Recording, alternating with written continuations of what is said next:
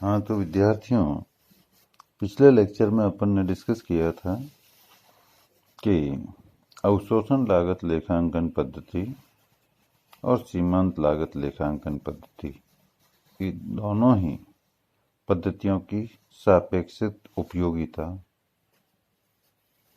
किस प्रकार की है और उनका तुलनात्मक अध्ययन किया था। आज अपन सीमांत लागत लेखांकन के महत्व के बारे में विस्तार से जानकारी प्राप्त करेंगे। सीमांत लागत लेखांकन का महत्व, सिग्निफिकेंस ऑफ मार्जिनल कॉस्टिंग। सीमांत लागत लेखांकन एक बहुत ही महत्वपूर्ण प्रविधि है जिसके द्वारा एक व्यापारी अपने लक्ष्यों की प्राप्ति की ओर अग्रसर हो सकता है, अपने लक्ष्य की प्राप्ति आसानी से कर सकता है। सीमांत लागत लेखांकन का महत्व समझने के लिए अपने को कुछ बिंदुओं पर ध्यान केंद्रित करना होगा। उनमें पहला बिंदु है स्थिर व्ययों पर नियंत्रण, कंट्रोल ऑन फिक्स ओवरहेड। सीमांत लागत लेखांकन में स्थिर व्यय अलग से निर्धारित कर लिए जाते हैं, जिससे ये स्पष्ट हो जाता है कि ये खर्चे लाभ के कितने प्रतिशत भाग का या कितने भाग का उपभोग कर लेते हैं, मतलब कितना लाभ ये स्थिर व्ययों में ही हमारा कंज्यूम हो जाता है, ये आसानी से पता लग जाता है। इसलिए इन पर प्रभावी नियंत्रण स्थापित करने के लिए, किन पर? स्थिर खर्चों पर प्रभावी नियंत्रण स्थापित करने का प्रयास किया जा सकता है। यह तभी संभव है जबकि अपने को इस बात की जानकारी हो कि स्थिर व्यय कौन कौन से हैं, उनकी प्रकृति क्या है, और ये पूरी जानकारी सीमांत लागत लेखांकन के अंतर्गत आपको मिल जाती है। उसके बाद दूसरा बिंदु है परिवर्तनशील व्ययों पर नियंत्रण, कंट्रोल ऑन वेरिएबल कॉस्ट। जैसा कि हम जानते हैं कि सीमांत लागत लेखांकन में यह आसानी से ज्ञात हो जाता है कि किसी भी वस्तु की कुल लागत में परिवर्तनशील व्ययों का भाग कितना है और स्थिर व्ययों का भाग कितना है। तो परिवर्तनशील व्ययों का जब अपने को पता लग जाता है कि इतने परिवर्तनशील व्यय हैं, तब इन व्ययों को नियंत्रित करने की दिशा में हम प्रयास कर सकते हैं। सीमांत लागत लेखांकन में यह भी ज्ञात हो जाता है कि परिवर्तनशील व्ययों का लाभ पर कितना और किस प्रकार से प्रभाव पड़ता है। इसलिए इनको जहाँ तक संभव हो, जितना संभव हो उतना नियंत्रित करने के प्रयास किए जाते हैं। तीसरा बिंदु है उत्पादन नियोजन, प्रोडक्शन प्लानिंग। सीमांत लागत लेखांकन में उत्पादन नियोजन में जो कार्य किए जाते हैं उनमें सर्वोत्तम लाभप्रद जो बिंदु होता है या सर्वोत्तम लाभप्रद स्तर है, उसको निर्धारित करने की इसमें बात आती है। इसी तरह से ये भी निर्धारित करने की बात आती है कि यदि एक ही प्रकार की वस्तु का उत्पादन किया जाता है तो प्रतिदिन या प्रति माह कितना उत्पादन किया जाना चाहिए ताकि अपन हानि में न रहें। इसी तरह से उत्पादन नियोजन में ही यह निर्धारित किया जाता है कि यदि संस्था एक से अधिक प्रकार की वस्तुओं का उत्पादन करती है तो कौन सी वस्तु का उत्पादन ज़्यादा किया जाए ताकि लाभ अधिकतम हो सके। इसी तरह उत्पादन में यदि विभिन्न प्रक्रियाएं या मशीनें या संयंत्र उपयोग होते हैं तो किसका उपयोग अधिक लाभप्रद होता है। ये सब जानकारी उत्पादन नियोजन, प्रोडक्शन प्लानिंग की होती है। अब अपन विस्तार से इसको डिस्कस करते हैं कि सीमांत लागत लेखांकन में उत्पादन नियोजन में किस तरह से सीमांत लागत लेखांकन सहायक होता है। तो सबसे पहला पॉइंट लेंगे अपन इसी में कि सर्वोत्तम लाभप्रद स्तर की जानकारी। सीमांत लागत लेखांकन की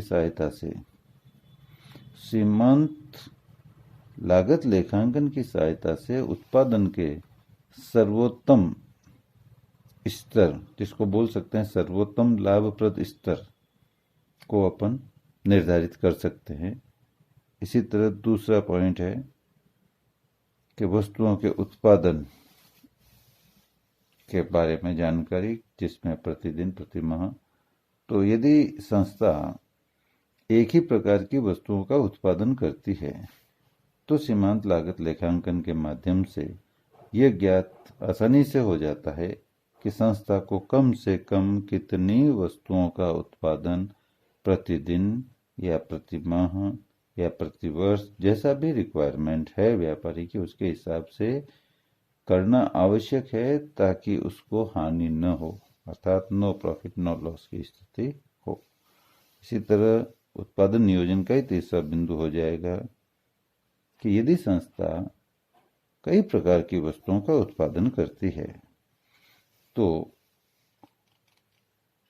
इस तकनीक की सहायता से यह आसानी से ज्ञात किया जा सकता है कि किस वस्तु का उत्पादन किया जाना संस्था के लिए अधिक उपयोगी है। मतलब एक से अधिक वस्तुएं बनाए तो कौन सी वस्तु का उत्पादन अधिक करें ताकि उसको अधिकतम लाभ हो और लाभों में वृद्धि हो।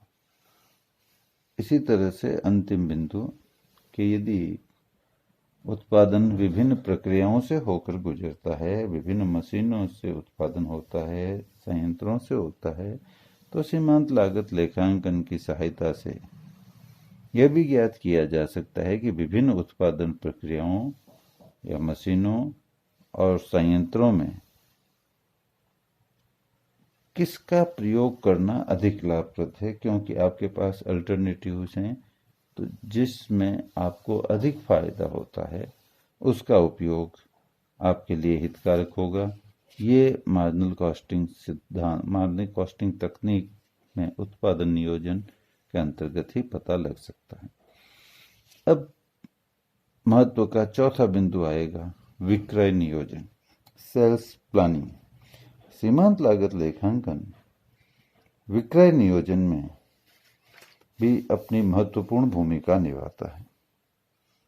इसकी सहायता से यह ज्ञात हो जाता है कि कम से कम कितनी मात्रा में वस्तुओं की बिक्री की जाए जिससे संस्था घाटे की स्थिति में न रहे, हानि में न रहे। इसी तरह से इसके द्वारा उत्पादन का जो मूल्य है उसे निर्धारित करने में सहायता मिलती है, अर्थात मूल्य निर्धारण में सीमांत लागत सहायक सिद्ध होता है। इसी तरह सीमांत लागत लेखांकन के द्वारा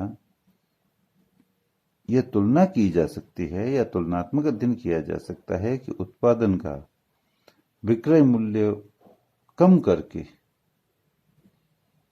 मतलब उत्पादन का विक्रय मूल्य अपन कितना कम करें और जो भी विक्रय मूल्य कम करें उससे विक्रय की मात्रा में कितनी वृद्धि होगी। मतलब उत्पादन के विक्रय मूल्य में परिवर्तन का बिक्री की मात्रा पर क्या प्रभाव पड़ेगा, इसकी जानकारी सीमांत लागत से हो सकती है। सरल भाषा में अपन कहें तो इसका द्वारा यह तुलना आसानी से की जा सकती है कि उत्पादन का विक्रय मूल्य यदि अपन कम करें तो उससे कितनी अधिक मात्रा में बिक्री होगी, या उत्पादन का विक्रय मूल्य बढ़ाएं तो कितनी मात्रा में बिक्री कम हो जाएगी, और कौन सी स्थिति संस्था के लिए अनुकूल बनेगी विक्रय मूल्य घटाना या बढ़ाना, और इसके कारण लाभ पर कितना प्रभाव पड़ रहा है। मतलब विक्रय मूल्य में परिवर्तन का लाभ पर कितना प्रभाव पड़ता है, इसकी जानकारी इस तकनीक से हो सकती है। इसी तरह यदि संस्था कई प्रकार की वस्तुओं का निर्माण करती है तो सीमांत लागत लेखांकन द्वारा यह ज्ञात हो जाता है कि किन वस्तुओं की बिक्री अधिक की जाए ताकि लाभ में वृद्धि हो सके। मतलब एक से अधिक वस्तुओं का निर्माण हो तो किसी का कम होगा, किसी का ज्यादा। तो ये तकनीक ये बताती है कि किसका ज्यादा करें कि आपको अधिकतम लाभ हो। इसी तरह से यदि किसी विशेष ग्राहक, जैसे सरकार आदि को कोई बड़ा टेंडर देना है, तो इस तकनीक के माध्यम से ये ज्ञात किया जा सकता है कि विक्रय मूल्य में किस सीमा तक कमी करके टेंडर स्वीकृत किया जा सकता है। क्योंकि जब तक आपको जानकारी नहीं होगी लागतों के बारे में विस्तार से, एक सीमांत लागत में वेरिएबल कॉस्ट कितनी, फिक्स कॉस्ट कितनी, तब तक आप न्यूनतम सीमा जो विक्रय मूल्य की है उसके बारे में जानकारी नहीं प्राप्त कर सकोगे। इसी तरह से यदि विदेशी मुद्रा अर्जित करने के लिए विदेश से कम मूल्य पर माल खरीदने के लिए कोई आपके एक अपॉर्चुनिटी आती है जिससे आप विदेशी मुद्रा अर्जित कर सकते हैं, तो विदेशी मुद्रा अर्जित करने के लिए विदेश में कम मूल्य पर माल बेचना होता है। तो इससे ये ज्ञात किया जा सकता है, किससे? इस मार्जिनल कॉस्टिंग टेक्निक से ये ज्ञात किया जा सकता है कि माल को कम से कम या निम्नतम किस मूल्य पर बेचा जा सकता है। जिससे कम तो अपन बेच नहीं सकते, वो न्यूनतम मूल्य भी इससे ज्ञात हो सकता है। और लास्ट में यदि प्रतिस्पर्धा के कारण मूल्य को घटाना पड़ता है तो इस तकनीक से यह ज्ञात किया जा सकता है कि मूल्य में किस सीमा तक कटौती किया जाना संभव है। इसके बाद अपन डिस्कस करेंगे लाभ नियोजन, प्रॉफिट प्लानिंग, प्रबंधकीय निर्णय में किस तरह से सीमांत लागत सहायक होती है।